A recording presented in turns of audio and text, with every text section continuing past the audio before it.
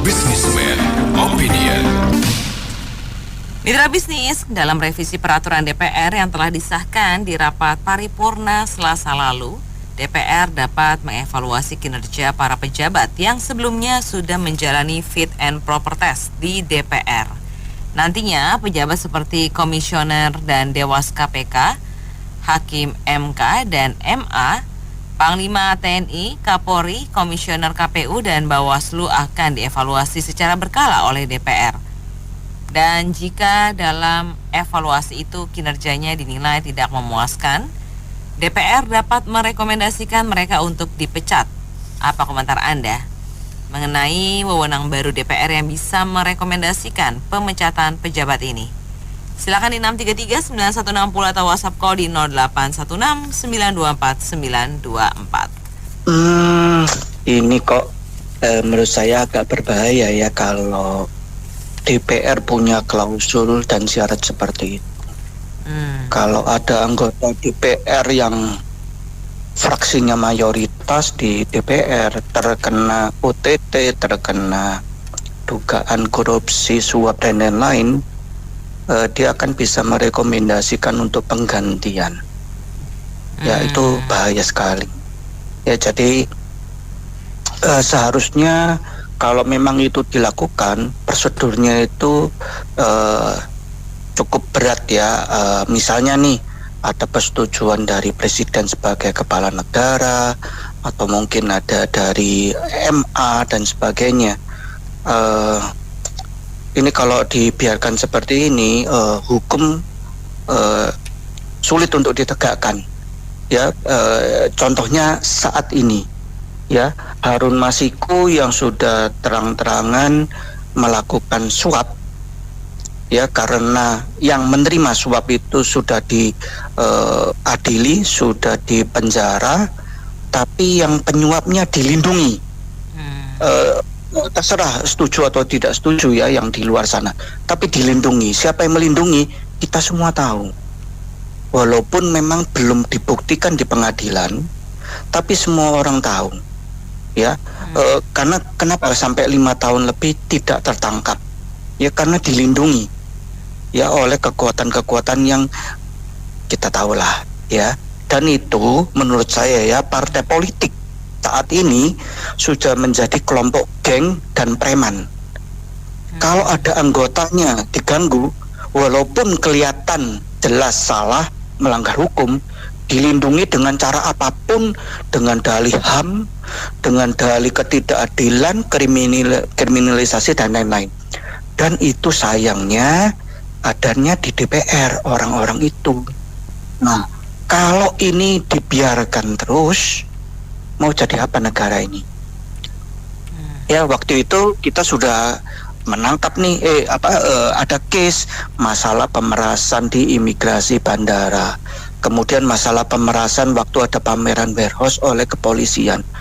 Ini nanti akan berlanjut terus kalau hukum tidak ditegakkan dengan keras ya. Kalau saya ngomong keras ya, bukan masalah adil, keras ya. Itu negara kita lama-lama akan mengalami pembusukan ya. Hukum sebagai panglima itu akan memimpin pada pembusukan semua hal, mau ekonomi, mau sosial, politik dan lain-lain. Ya, saya rasa itu aja. Ya, itulah Indonesia, Mbak. Di lagunya kan ada, ya itulah Indonesia. Bapak tadi itu benar juga. Kalau saya menurut saya sih telat ya DPR ngambil keputusan kayak gini sekarang ya. Wah, harusnya sebelum 5 tahun kemarin, sebelum pemilu kemarin juga. Karena dulu kemarin itu kan presiden yang mengatur semuanya. MK-nya, polisinya, ininya, dia semua yang ngatur-ngatur kan. Kalau kemarin itu mereka yang memutuskan nggak apa-apa DPR. Tapi kalau sekarang ini ya sudah telat. Presiden alhamdulillah mudah-mudahan berpihak lah ke rakyat tahun presiden yang baru kita ini. Mudah-mudahan juga nanti yang busuk-busuk, yang sudah ketahuan semuanya akan diajukan ke meja hijau. Satu itu. Dan kedua, kita lihat kinerja DPR nanti lagi lah apalagi yang akan mereka kembangkan ini. Lambat itu kalau kayak gitu. Tadi Bapak tadi itu udah bilang betul, nanti ada bermain lagi kalau misalnya OTT ini itu fraksi mereka, partai mereka. Jadi kata kuncinya kita lihat saja nanti kinerja ke depannya DPR kita ini bagaimana kelanjutannya. Begitu saja, makasih. Assalamualaikum. Gini, masih ingat oke, Bung Anto tadi ngomong KPU bisa ini termasuk MK, termasuk kepolisian loh, termasuk Kapolri. Wow, bukan excited tapi wow, super power, kayaknya mau jadi Tuhan ya. Lah kan Tuhan yang maha kuasa, jadi bisa berbuat apa saja kan. Jangan-jangan ya kita nih niru di Texas. Texas itu negara bagian Amerika, salah satunya yang sudah kompak kan diakuisisi oleh partai politik. Jadi kita ini mau diakuisisi oleh salah satu partai politik. Ingat gini ya, saya ajak flashback ya. Sebelum ada ngomongan ini, sebelum ada revisi peraturan ini ya, itu kan ada parpol yang memerintahkan Pak Prabowo untuk memecat Kapolri, terus dan yang lain-lain, pokoknya memecat aja, perintah dari partai politik, perintah dari partai politik untuk memecat Kapolri dan Jaksa Agung. Sebelum itu lagi, mundur lagi, ada cerita Partai Coklat. Nah, sebelum Partai Coklat ada MK disusupin. Tapi setelah itu saya ajak lompat, setelah perintah di Pak Prabowo diperintah, itu ada cerita lagi kalau pagar laut. Tahu nggak pagar laut itu tanahnya itu sertifikatnya milik siapa? Ada beberapa PT ya, dan beberapa PT itu di antara 3 PT dan 1 kepala desa itu semuanya dari satu partai politik itu juga yang memerintah Pak Prabowo untuk memecat Kapolri. Jadi sudah ngerti di sini, sudah paham? Belum, saya tambahkan lagi. Baru ini kan ada universitas diberi hak untuk mengurus tambang. Lah, saya kan udah ngomong toh, ngurus tambang ini kayaknya nanti untuk modal 2029. Kenapa? Supaya kampus itu bisa dikoordinasikan, bisa dipakai untuk kampanye, bisa dipakai untuk ABCD. Dan ternyata sekarang adalah DPR mau minta kalau bisa memecat Kapolri, memecat MK, memecat ABCD, semuanya pokoknya dipecatin oleh DPR. Pertanyaan saya, yang kuasa DPR itu siapa? Presiden, rakyat, bukan partai politik. Nah, udah ngerti sampai di sini. Jadi kayaknya yang mau berkuasa itu dan benar adanya perkataan dari ex-bin terdahulu barengannya Pak siapa itu lupa aku namanya siapa, mertuanya Andika Perkasa, barengannya itu mengatakan kan, siapa yang berkuasa di negeri ini? Partai politik. Yang merubah undang-undang siapa? Partai politik. Yang menguasai siapa? Partai politik. Dan ada partai politik yang kepengen jadi presiden tapi syaratnya harus S1, tapi karena dia hanya SMA maka undang-undang direvisi. Jadi di sini semuanya udah garis lurus jadi satu kan. MK dituduh, Mahkamah Konstitusi, pagar laut dituduh. Siapa? Udah tahu kan siapa? Terus Partai Coklat dituduh, kong kali kong dengan siapa? Tahu kan? Jaksa Agung dituduh kong kali kong dengan siapa? Tahu kan? Nah, terus yang merubah undang-undang dasar, padahal undang-undang dasar itu siapa? Udah tahu kan? Partai politik siapa? Nah, sekarang ditambah lagi setelah diberi persenan mengelola tambang, akhirnya sekarang mereka mau duduk berkuasa supaya tidak ada yang protes. Akademisinya supaya tidak protes. Yang protes harus satu formati. Nah, coba pikir sekarang. Jadi, jangan ngomong lagi ya kalau rakyat Indonesia yang berkuasa. Terima kasih. Jadi gini, saya rasa ini ngaco ya. Jadi gini, kalau kita merujuk pada Undang-Undang Nomor 12 tahun 2011, itu tentang pembentukan peraturan perundangan, itu disebutkan bahwa peraturan tata tertib atau peraturan tatib DPR lah ya, peraturan tatib DPR itu berada di bawah undang-undang, ya kan? Gini, ini ngaco ya gitu. DPR merevisi peraturan tatib DPR, ya kan?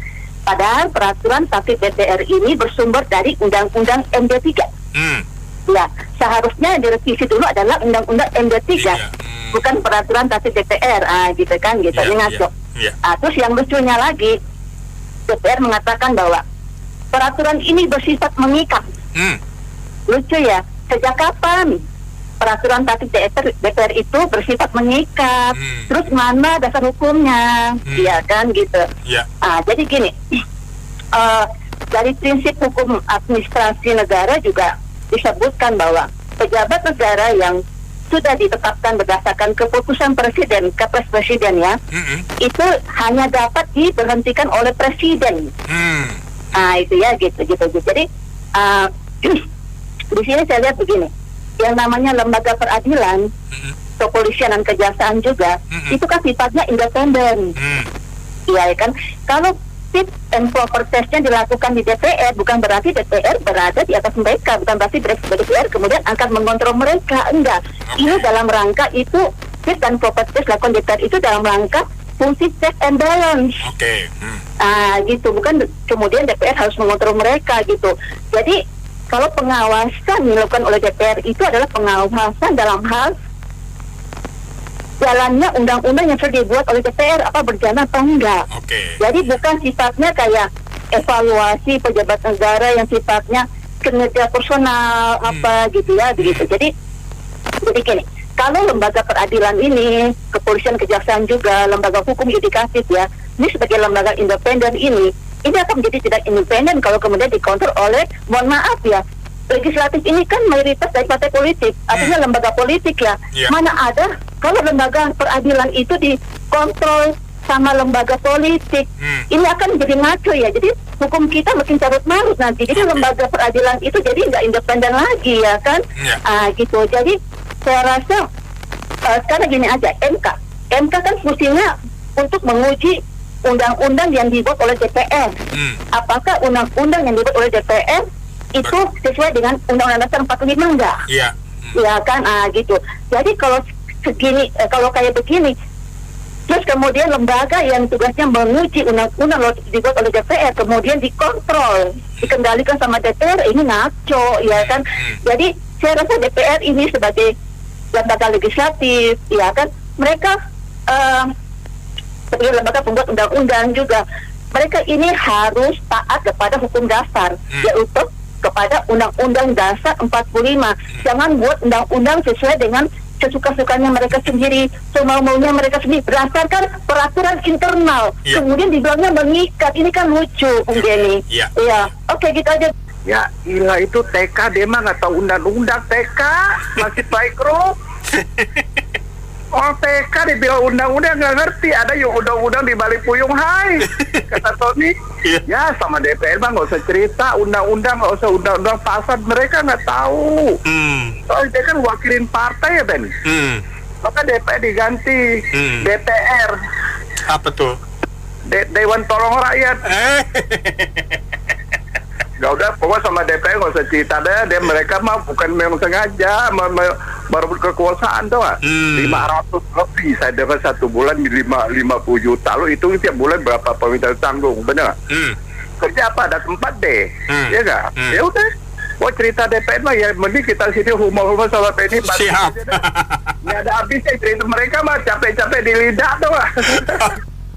Emang kita punya DPR, bro? Kan? Lu gue tanya bingung.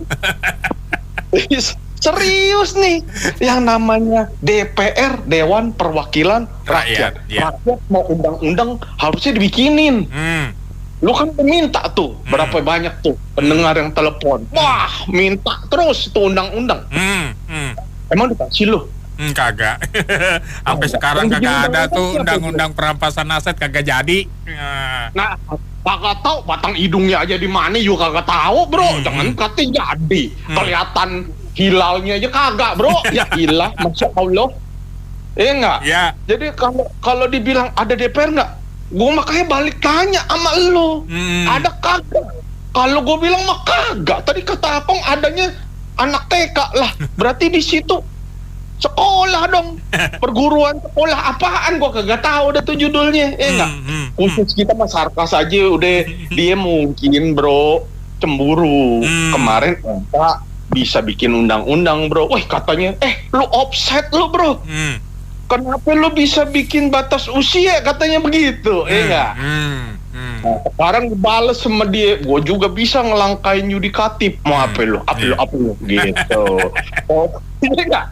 Jadi dia juga nggak mau kalah lah, biar rusak katanya ini semua. Nah, emang udah rusak dari sononya, enggak. Kalau dibilang kacau, mau udah kacau bro. Makanya kalau lu ngomongin serius bro, kagak ada yang beres, enggak. Mendingan kalau kata Akong bisa kasih pantun. Udah rusak ini negara, rakyatnya pengennya A, pejabatnya maunya B. Enggak. Kagak ada di Indonesia yang namanya DPR bro, kagak ada. Makasih bro. Ini kita udah amandemen Undang-Undang 45 nih, amandemen 4 kali. Kok ada peraturan baru ya? Kapan kita kok nggak tahu ya rakyat ya? Belum diumumin ke publik, tahu-tahu udah muncul usul entah wacana entah apapun itu. Ujung-ujungnya nanti kayak putusan MK nomor 90 dipaksakan lagi kan. Bisa kacau ya. Itu sudah dipaksakan. Lalu ini kemungkinan baru rencana mungkin ya. Dan ini kalau kita belajar teori politik, kalau misalnya kekuasaan 3 lembaga di Indonesia, eksekutif, legislatif, yudikatif, masing-masing tuh punya tugasnya sendiri, termasuk bagian mengawasi kinerja, pengangkatan dan pemberhentian. Tidak satu lembaga menguasai kedua lembaga lain. Ah itu namanya paling berkuasa sendiri dong ya. Jadi bingung nih. Lalu yang si paling berkuasa yang meriksa siapa kalau kayak gitu? Jadi bingung kan? Iya. Ya kan? Apa yang eksekutif yudikatif itu dia rebutan kewenangan, yang meriksa si legislatif kan nggak lucu, nanti rebut-rebutan kewenangan siapa yang meriksa memberhentikan atau mengangkat. Nah, harusnya kan tidak seperti itu, jadi rame nanti. Nah, dan berdasarkan pasal 1 ayat 3 udah dasar 45 atau konstitusi, negara ini bukan negara hukum. Jadi kalau negara ini tidak sesuai dengan hukum yang sudah ada, tapi dia buat peraturan baru kayak putusan MK nomor 90, maka itu negara semau gue sebetulnya, semau yang mereka di atas itu yang berkuasa kemungkinan dan perannya, bukan negara hukum. Itu jelas kemungkinan sudah ke arah sana. Dan kalau negara kita seperti ini terus, rakyat tuh yang di bawah bukannya nggak ngerti atau bodoh hukum loh, rata-rata udah pintar hukum, apalagi kalau dengar dialog di Mas Evan nih, waduh mantep deh, segala macam hukum disebut di sini kan, undang-undang itu. Dan banyak yang menyebut para pendengar. Jadi mereka sudah pandai-pandai dari radio-radio dan juga televisi dan media lain. Ya. Sehingga rakyat itu sudah tahu sebetulnya politik kita itu tipenya mencari negarawan atau mencari aktor-aktris. Yang aktor-aktris saja bisa jadi pejabat, apalagi yang bukan aktor-aktris kan seperti itu kan? Iya. Seperti itulah negara kita kebedaannya. Pergi ke sekolah kok bawa ember. Cakep. Eksekutif bermasalah kok mau dipecat DPR. Masuk Pak SF. Kumaha tuh damang. Daramang, Daragon, iya kan? Saya sih gak mau serius-serius ikutan sama Bung Tony tadi, kita bercanda aja Bung BR. Iya. Ini kalau begini caranya nih bertentangan dengan semboyannya Pegadaian. Kalau Pegadaian kan mengatasi masalah tanpa masalah. Iya, benar. Nah, ini namanya mengatasi masalah dengan bermasalah. Menambah masalah kan? Iya. Iya, ada mana ada tidak DPR mencat eksekutif. Saya nggak tahu apa mungkin tata negara udah diganti sekarang ya. Kan ada yudikatif, legislatif, eksekutif, atau mungkin sekarang udah dirubah jadi semua itu di bawahnya legislatif gitu. Nah pertanyaan saya satu, sekarang yang memecat DPR siapa? Kalau ada masalah gini siapa yang memecat DPR? Iya. Ada nggak lembaga yudikatif atau eksekutif yang bisa memecat DPR? Ini namanya ayak-ayak wae. Ya kalau saya berharapnya pemerintahnya sama badan lembaga sipil kita juga harus bergerak ya Pak. Gimana DPR kan mengusulkan hal yang demikian. Artinya masyarakat kita juga badan lembaga apa sih namanya itu sipil ya. Masyarakat itu Civil society maksudnya. Iya, civil society ini juga dibentuk sedemikian rupa untuk mempertemukan pemerintah sama wakil rakyatnya. Dari 3 kandidat konstituen itu dipertemukan setiap tahun atau dalam periode 5 tahun. Pilih kan 5 tahun. Tapi setiap tahun pertanggungjawaban kan ada di DPR. Tapi kalau DPR ini kan kalau menurut kita masyarakat lebih jadi sanksi kita menilai pertanggungjawaban presiden setiap tahun atau 2 tahun. Kayak kemarin aja longkap 1, longkap 2 gitu. Artinya iya dari wacana ini kita berharap dipertemukan lah itu legislatif, wakil rakyat kita yang kita pilih sama kandidat social speciality itu tadi Pak, apa Civil society Pak. Oh iya itu. Jadi artinya kita juga masyarakat kita bisa juga mempertanyakan siapa yang disuruh berutang. Rakyat yang murni-murninya rakyat, sejatinya rakyat, tidak menyuruh mereka untuk berutang. Dengan domain seperti itu artinya kan kita masyarakat juga menilai bahwa SDM kita dari situ juga udah terlihat bobrok. Karena apa? Saya udah survei sebagian masyarakat kita. Kalau nggak berutang negara kita nggak maju ya. Tapi kalau sampai berutang kita lebih maju 2 kali. Artinya disitulah saya jelaskan bahwa mindset bangsa kita terbelakang. Saya hanya menambahkan saja. Pertanyaan saya yang utama adalah bagaimana kalau DPR siapa yang mengevaluasi dan memecat DPR? Iya. Nah, kalau misalnya civil society dipandang sebagai pilar negara, harusnya tahu diri. Dan bahkan ketua Mahkamah Kehormatan ya, MKD mengatakan ini memang sudah lewat batas karena nggak tahu tatipnya aja. Masa kalah sama anak hukum semester 3 itu loh. Ya maksudnya begini loh, kalau memang mereka itu mau menjaga konstitusi, ya hargai tatip yang ada. Gitu loh. Jangan kemudian membuat sesuka hatinya mereka. Walaupun istilahnya ngerti, tujuannya ngerti gitu kan, tapi tetap harus disesuaikan dengan tatip itu. Gitu loh. Nah, jadi kalau menurut saya sih kalau memang DPR ini memang sudah nggak bisa diatur, bubarkan aja. Anggota DPR aja kerjanya banyak yang nggak benar. Zaman Soeharto tuh partainya temen nggak banyak-banyak, teman 3. Sekarang kenapa banyak puluh-puluhan? Udah gitu banyak yang kerjaannya nggak beres. Bagaimana jadi mau ngaturnya? Contoh dulu yang benar. Ya gitu aja, Bu. Komen saya bersama Bu Lili. Jadi anggota DPR itu jangan kebanyakan kerjaan-kerjaan yang lain lah. Satu itu ya. Kedua, tuntaskan dulu itu undang-undang yang korupsi itu dimiskinkan. Itu kan mereka tidak pernah. Itu justru yang ditunggu-tunggu masyarakat menurut saya. Ya. Lalu nggak usah melebar-lebar ke ranah saya mentertibkan si anu si ini. Tertibkan diri sendiri dulu. Itu ya, sama tadi undang-undang yang ditunggu-tunggu jangan diplesetin ke yang lain gitu. Itu dulu undang-undang yang untuk pemberantas korupsi, memiskinkan koruptor itu mana gitu loh. Itu aja. Makasih. Itu kan benar juga orang-orang maunya tuh penampasan aset. Yang ditunggu-tunggu kan itu nggak datang-datang putar-putar yang ke lain. Benar. Putar-putar aja supaya lupa ini lupa itu ya. Jadinya jadi bingung. Mestinya pan yang ditunggu-tunggu rakyat katanya pan basmi koruptor. Iya benar. Tapi yang ini diputar-putar ya biarin pusing sendiri kali rakyatnya. Oke, saya berulang kali saya mengatakan gini, masyarakat ini ada krisis kepercayaan terhadap pemerintah, juga terhadap DPR.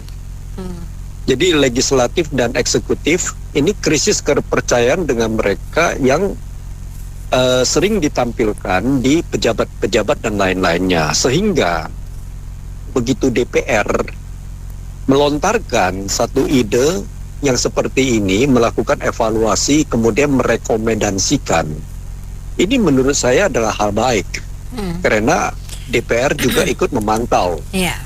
Tetapi karena masyarakat punya krisis kepercayaan terhadap mereka-mereka itu, sehingga masyarakat itu berpikir jangan-jangan ini nanti dipakai sebagai alat untuk nego. Itu loh yang dikhawatirkan. Tetapi menurut saya ini adalah hal baik karena DPR menjalankan fungsi, mungkin ini harus dirubah ya undang-undang, karena fungsi DPR itu adalah legislasi ya. Salah satu terhadap undang-undang ya. Nah kalau ini dilakukan, apakah ini sifatnya itu sangat fundamental enggak? Kalau hanya sekedar mengevaluasi dan rekomendasi ya tentu baik. Tetapi legislatif tidak berfungsi sebagai yang melakukan pemecatan. Bukan pembuat keputusan ya. Betul, dia bukan tidak boleh mengambil keputusan, tetapi boleh memberikan evaluasi dan rekomendasi. Kan lebih baik kan ada yang pantau. Selain kita masyarakat yang pantau, legislatif DPR juga pantau. Iya kan? Terhadap pekerjaan eksekutif. Ini saya pikir hal yang baik. Tetapi yang saya berulang kali mengatakan, pemerintah ini dan legislatif ini, DPR ini, di masyarakat terbentuk satu kesan yang negatif. Sehingga apapun yang mereka lakukan, cenderung kita belum apa-apa, kita langsung udah kontra. Negatif gitu thinking jadi, aja ya. Betul, negatif thinking terus. Jadi yang perlu dilakukan oleh mereka dalam waktu yang sesingkat-singkatnya perlu lakukan tindakan-tindakan yang sifatnya itu mendukung atau memberikan kebaikan bagi masyarakat, supaya kesan negatif ini bisa lebih terkikis. Jadi menurut saya hal ini baiklah, cuma harus dilakukan dengan baik dan benar. Jangan justru diambil ini kesempatan untuk nego-nego nantinya dengan pejabat dalam hal ini. Saya kira gitu sih. Ini makin lama nih negara kita ini rancu. Stres politikanya nggak ada ini. Itu kan legislatif, yudikatif, dan eksekutif. Nah ini eksekutif direcokin lagi sama legislatif. Ini gimana ini? Ya itu si Dasko juga. Dasko itu ngomong tentang gas 3 kilo ada di DPR. Betul aja, ini bukannya juru bicara presiden. Jadi rancu ini. DPR di mana, pemerintah di mana, yudikatifnya juga di mana. Jadi nggak jelas juga ini jadi begini nih. acak-acakan juga, nggak ada itunya. Coba tolong diluruskan juga nih, coba dikomentari oleh ahli hukum tata negara ini. Apa begini negara Republik Indonesia ini? Ya, makasih.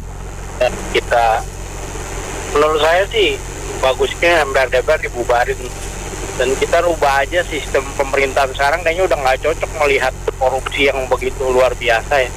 Jadi kita juga kalau ngomong kayak singa ompong gitu, singa ngaum tapi nggak bisa berbuat apa-apa.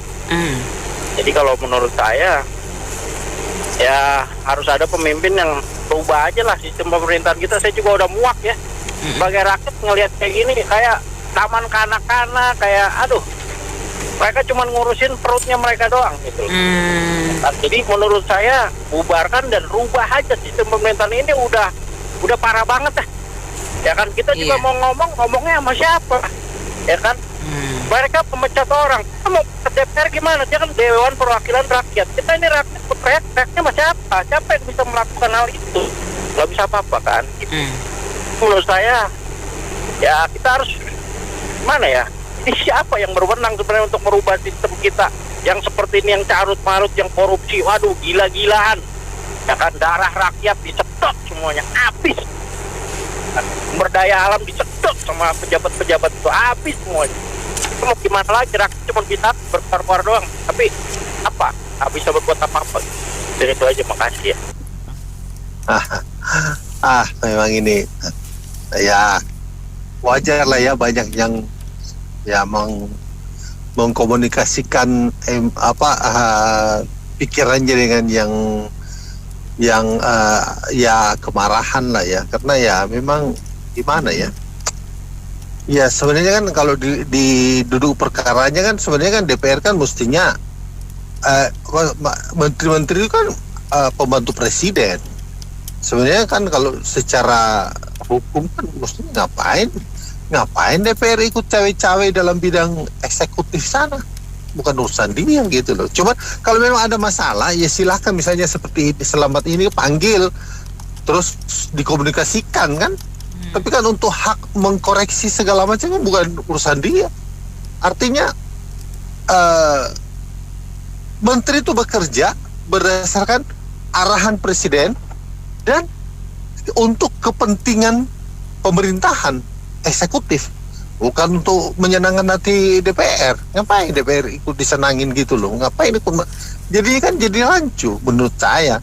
Lah ini yang bahayanya ya, negara ini makin berbahaya karena kita jadi semakin tidak jelas nantinya. Partai-partai menguasai suara rakyat, katanya wakil rakyat, tapi ya banyak juga kan kita pilih orang yang kita tidak tahu sebenarnya terpilih, yang nggak tahu juga ya. Memang kembali lagi yang tadi mengatakan akan ya kembali memang bahaya banget. Ini menjadi cikal bakal yang cukup berbahaya untuk negara ini kalau begini. Ya harus dipikirkan lagi, mungkin orang-orang tokoh-tokoh yang ngerti tata negara ini mesti angkat bicara ini bagaimana. Saya kira itu. 5 tahun kebelakang itu supaya presiden tidak bisa ngatur yang jelek-jelek, MK diatur untuk si bejo, polisi diatur untuk jagain saya, tentara untuk membackup polisi. Ya begitulah harusnya kemarin 5 tahun kebelakang itu. Kalau sekarang sudah telat, presiden kita udah lebih baik berpihak ke rakyat. Mudah-mudahan nanti anggota DPR kadang ketangkap langsung presiden instruksikan langsung usut. Jadi kembali lagi kita lihat saja nanti kelanjutan kinerja DPR, apalagi yang mau dihasilkan. Kita anggap saja ini lucu-lucuan saja lah. Itu saja, makasih. Assalamualaikum. Oke, baik. Jadi yang kalau saya lihat bahwa DPR itu bisa istilahnya memecat lah yang pernah di fit and proper, artinya pejabat publik yang pernah di fit proper oleh DPR. Itu kan seperti misalnya Gubernur BI ataupun Panglima pun di fit proper DPR. Cuman sebenarnya jadi masalah adalah ini DPR tuh menjadi kekuasaannya jadi sangat berlebihan gitu loh. Karena memang fit proper itu, tapi belum tentu DPR itu yang mengangkat gitu. Ya, biasanya mengangkat malah presiden. Cuman DPR itu mempunyai kewenangan untuk memilih dari yang diusulkan oleh presiden gitu. Jadi kalau dia sampai yang memecat sebenarnya ya nggak benar. Kalau dia mengusulkan bahwa seseorang itu yang misalnya di fit proper itu dinilai nggak baik, ya dia mengusulkan ke presiden atau ke yang mengangkatnya gitu. Ini kebablasan kalau seperti itu gitu. Jadi DPR sendiri anggotanya nggak pernah di fit proper ya. Kebetulan saya punya pengalaman fit proper DPR. Itu kita ibaratnya kita ujian S2, tapi sebagian besar yang uji itu cuma S1 gitu loh.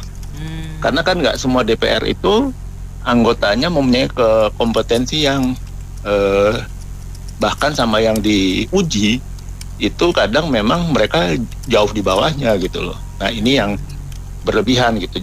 Misalkan satu komisi di DPR itu anggotanya 45 atau 50 gitu. Nah sementara mungkin yang menguasai bidangnya gitu itu mungkin nggak sampai 10% gitu. Nah itu yang nggak adil gitu. Yang sebenarnya nggak adil lagi adalah DPR itu sendiri jadi anggota itu tidak dibatasi waktunya. Mau 2 periode, 3 periode, 4 periode bisa. Sementara pejabat publik yang lain termasuk presiden itu cuman 2 periode maksimal. Nah ini justru yang dia harus melihat diri sendiri lah, dia cukup adil atau enggak, karena dia menilai juga kadang-kadang yang dinilai itu mungkin lebih tinggi kompetensinya, sementara dia sendiri juga harus dibatasi oleh masa kekuasaan. Kira-kira itu aja Mbak, makasih. Saya pikir itu wajar. Kenapa?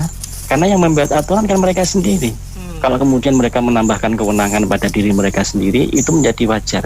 Nah, yang menjadi masalah itu adalah ketika rakyat itu tidak terima.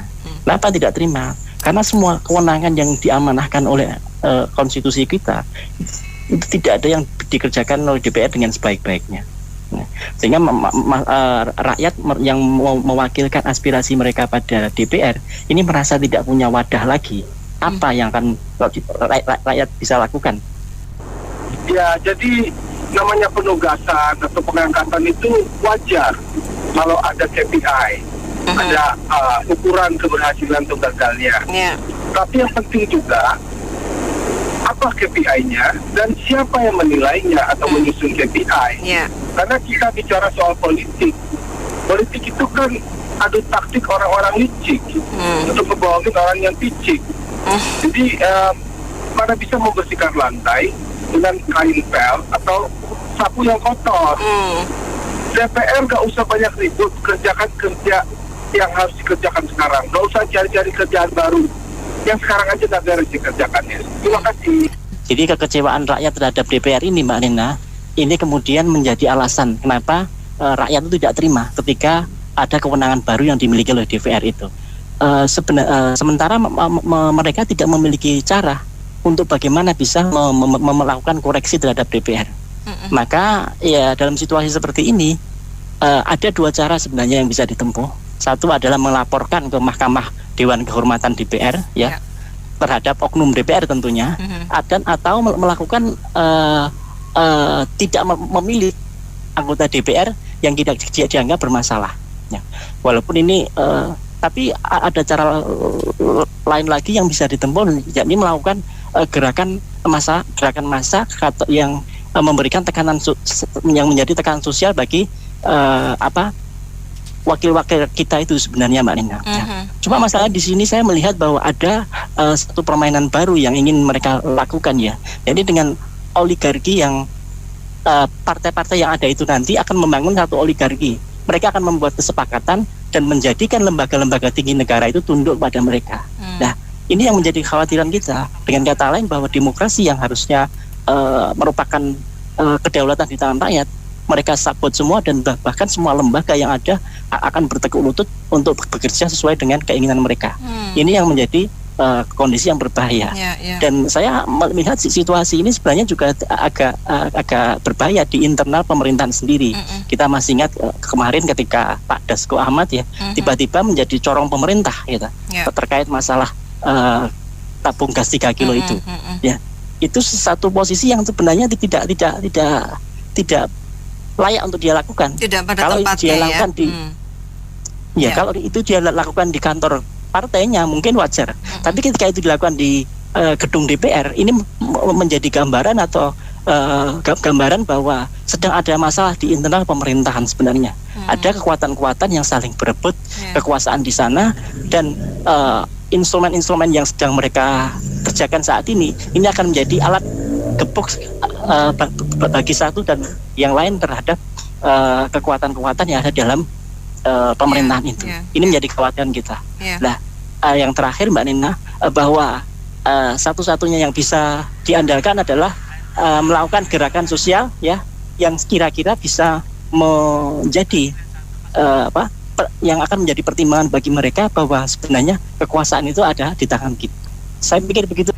Ya mungkin saya sedikit melenceng gitu, cuma saya mau bahas tentang anggota DPR ya.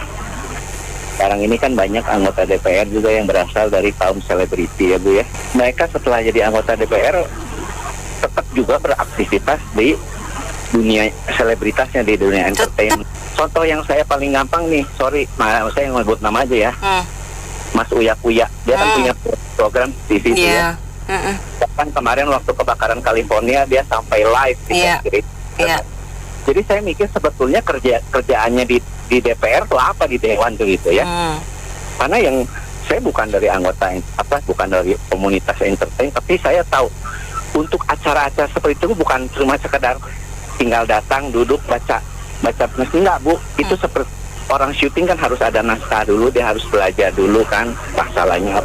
Jadi waktunya untuk mengabdi di Dewan tuh kayaknya nggak ada kalau menurut saya gitu Bu ya. Jadi ya itu saya mempertanyakan aja gitu Bu. Itu aja sih. Yang pertama sih yang saya mau bertanya itu adalah siapa yang akan mengevaluasi DPR? Nah itu pertanyaan banyak orang tadi Pak. Kepada nanya Loh, begitu. Iya dong. Ya iyalah. Lah iya dong. Iya.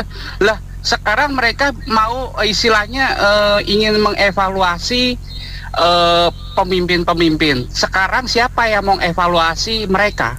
Unevaluated institution. Gak bisa dievaluasi. Iya dong. Ya jangan kemudian mereka punya imunitas hukum lalu mereka tidak bisa dievaluasi. Yes. Ya toh? Sebenarnya yang jadi masalah itu ya di dalam DPR itu sebenarnya. Iya toh? Ya karena lagi-lagi kan masalah partai politik. Ya. Ya enggak? Menurut saya juga harus fair. Ya toh? Harus fair. Negara ini harus fair. Fairnya apa? Kalau misalnya, jadi jangan hanya sekedar istilahnya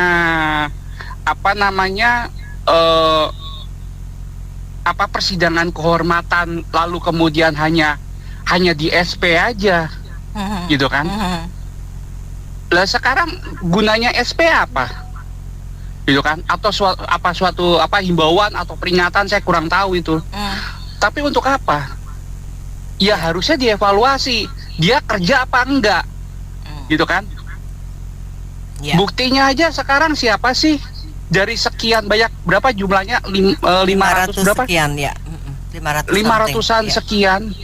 Sekarang siapa sih yang bersuara kemarin itu masalah LPG 3 kilo? Siapa yang bersuara? Gitu kan?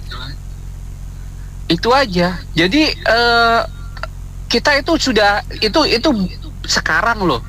Yang dulu itu gimana? Gitu loh. Apakah hanya cukup dengan terima honor, tunjangan, gitu kan? Yang kemudian dengan pamer mobil 3 miliar, 2 miliar, 1 miliar, ya kita evaluasi yang katanya sebagai wakil rakyat, gitu kan? Kalau sebagai wakil rakyat harusnya semua masalah di Indonesia itu selesai, ya kan? Seperti ada masalah pendidikan selesai, masalah nggak ada yang namanya sekarang tuh istilahnya kalau memang DPR itu care dengan rakyat, nggak ada yang namanya itu jualan haus keliling, nggak ada itu yang namanya itu ojol, ojol dengan dengan pendapatan yang minim, yang memprihatinkan, gitu kan? Ya. Terus juga nggak ada yang namanya sekarang tuh peminta-peminta yang di jalanan, yang sampai bahkan mereka yang muda-muda itu sewa pakaian badut. Kemana wakil rakyat, gitu kan? Kemana itu, gitu kan? Harusnya mereka yang dievaluasi, gitu kan? Sekarang pertanyaannya, siapa yang mengevaluasi? Siapa yang kemudian bisa memecat mereka? Kurang lebih begitu ya. Kan DPR yang paling berkuasa, DPR kan wakil rakyat. Makanya Mama juga mau satire deh. Dewan Penzolim Rakyat itu mah ya enggak. Dan kembali lagi, segala sesuatu itu ya manusianya. Makanya nih kita harus berpikir bagaimana supaya rakyat kita tuh manusianya tuh punya pola pikir ya, punya akhlak, punya integritas yang positif. Kan kemarin tuh Mama belum selesai itu sebenarnya tuh. Jadi tuh kita ya untuk hal-hal yang negatif gimana ya, kayaknya ya itu para orang-orang di DPR itu istilahnya sarang penyamun ya. Makanya kan kembali lagi Mama bilang, jadi itu harus diberantas habis-habisan dengan cara yang ya nanti lagi dah kita pikirkan bersama-sama. Soal ini DPR kita ini gimana ya, udah tahun ke tahun, periode ke periode kan enak sekali, udah pernah potong ini gajinya gede gimana, giliran mau dipotong, ini dia kan begini, timbul masalah, ini gitu Bu ya. Sekarang kerja itu orang-orang itu bukannya rakyat, bukan mau cari duit. Ya, buktinya ya, kalau artis-artis banyak duit bisa masuk DPR. Kalau yang pintar-pintar mana bisa masuk kota DPR. Nah, itu jadi bagus itu ke program Prabowo itu kan. Ya, kalau yang salah dipecat aja loh. Oke, jadi kalau kembali lagi ya, harusnya kita kan dari zaman dulu kita kan belajar PMP, terus habis itu PPKN. Kita setiap waktu itu materinya adalah tentang trias politika, tentang bagaimana hubungan legislatif, eksekutif dan yudikatif. Nah, eksekutif kalau kita kembalikan lagi, eksekutif itu kan legislatif itu kan perannya adalah membuat undang-undang. Sebetulnya itu membuat regulasi. Nah, kalau dikatakan sekarang bisa mengevaluasi lembaga lain, nah ini yang menjadi masalah. Ini ibaratnya jeruk makan jeruk kan, Nina. Jadi kan harusnya mereka itu kan saling berkolaborasi. Jadi eksekutif di menjalankan pemerintahan, yudikatif di penegakan hukum, dan legislatif itu di pembuat regulasi undang-undang. Nah, kalau gini ini jadi jeruk makan jeruk. Nah, eksekutifnya juga ikut menghakimi. Pertanyaannya adalah ketika melakukan evaluasi itu kan sebetulnya kita harus melihat key performance index dari masing-masing yang tadi disebutkan ya, ada banyak jabatan yang bisa dievaluasi. KPI-nya itu apa gitu loh. Jadi kapan dikatakan kinerjanya baik, kapan dikatakan kinerjanya kurang. Nah, kalau hanya tadi mengambil alih kewenangan, mengambil alih kekuasaan seperti itu kan nanti munculnya adalah like and dislike kan, Nina. Jadi begitu sekiranya kok programnya tidak mendukung yang mereka inginkan, ya sudah, kinerjanya nggak bagus dan disarankan untuk diganti. Jadi subjektif sekali ya, subjektif ya. Dan ini sangat disayangkan Kak Nina, karena apa istilahnya, ini sebetulnya merusak tatanan sistem perpolitikan di negara kita gitu kan. Jadi semoga aturan itu bisa ditinjau kembali dan juga mungkin bisa dilakukan revisi lagi, diubah, karena dengan seperti ini nanti pelajaran PPKN jadi mumet itu yang siswanya. Iya kan? Jadi kalau dulu kita enak kan, apa itu fungsi lembaga legislatif, apa eksekutif, apa yudikatif, sekarang mumet itu Kak Nina. Terima kasih. Ini saya sudah baca juga beritanya ya. Kita bisa lihat ya, itu orang-orang yang di Senayan itu begitu kemaruk sama kekuasaan, pingin meraup terus kekuasaan di tangan mereka supaya bisa dimainin, bisa dapat duit, bisa dapat kekuasaan lagi, bisa dapat wewenang segala macam ya. Ini salah satunya akibat dari contoh dari mantan presiden kita yang kemaruk, pingin 3 periode, pingin anaknya jadi, menantunya jadi ya. Itulah ujung-ujungnya semua rebut kekuasaan ya. Itu kalau semua bisa diatur. Dan mereka selalu berdalih ya, menipu kita dengan dalih demi rakyat. Demi rakyat saya pecat Anda. Padahal kepentingan mereka. Kalau tidak sesuai dengan selera mereka ya, tidak mau nunduk, mereka pecat. Mereka, dan itu, ini peraturannya padahal asal muasalnya itu dari tatip DPR, tapi mengikat, hebatnya begitu. Jadi mereka yang di badan legislasi ya, legislatif, mereka suka-suka mereka bikin peraturan ya, dan ini sangat merusak ya. Kita bisa lihat kalau semua kekuasaan yudikatif ya juga di bawah mereka ya, kemudian eksekutif di bawah kekuasaan mereka, apa jadinya bangsa ini? Jadi suka-suka mereka. Politik kita sudah mengarah ke popularisme ya. Jadi siapa yang populer itu yang mereka pilih dengan bansos segala macam. Jadi ujung-ujungnya kita memberi cek kosong kepada mereka ya, untuk terus berkuasa, terus berkorupsi di situ. Kapan mereka sahkan undang-undang perampasan aset? Kalau dalih demi rakyat, itu demi rakyat. Mereka mau sahkan, ini peraturannya keluar kalau nggak salah cuma 1 hari apa 2 hari lah. Nah itu undang-undang perampasan aset, pembatasan uang kartal bisa disahkan. Mereka kan udah oposisi cuma 16%. Nah itu sahkan aja. Kenapa enggak? Karena mengganggu kepentingan mereka. Itu intinya, permainannya begitu, sangat busuk. Makasih. Saya sependapat dengan Pak Henry. Jadi sebelum DPR atau MPR untuk memeriksa pejabat-pejabat eksekutif, saya malah merindukan untuk adanya reformasi di DPR, MPR, serta partai politik. Bagaimana partai politik bisa dibersihkan daripada tikus-tikus yang ada dan membentuk kader-kader yang bagus. Nah, kalau itu sudah bisa dilakukan, maka kemungkinan bahwa usulan-usulan yang sebelumnya bisa ditinjau, disesuaikan, dan jangan sampai menjadi satu kekuasaan, karena negara kita kan trias politika.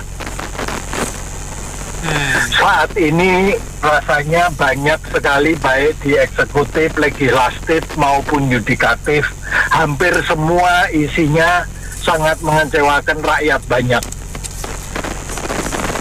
Nah, jangan sampai rakyat menderita dan akhirnya terjadi chaos. Kita harapkan bahwa Pak Prabowo percaya bahwa rakyat mendukung beliau dan bisa melakukan apa yang seharusnya dilakukan untuk adanya Pancasila berjalan dengan baik. Itu aja, terima kasih. Ini DPR ini apa ya? Apakah dia merasa seperti dewa gitu, Mbak? Dia bisa bikin aturan yang meringankan mereka sendiri gitu? para menteri itu kan kewenangan dari presiden yang notabene dipilih untuk meringankan kinerja presiden dan diperuntukkan juga untuk meringankan kinerja presiden.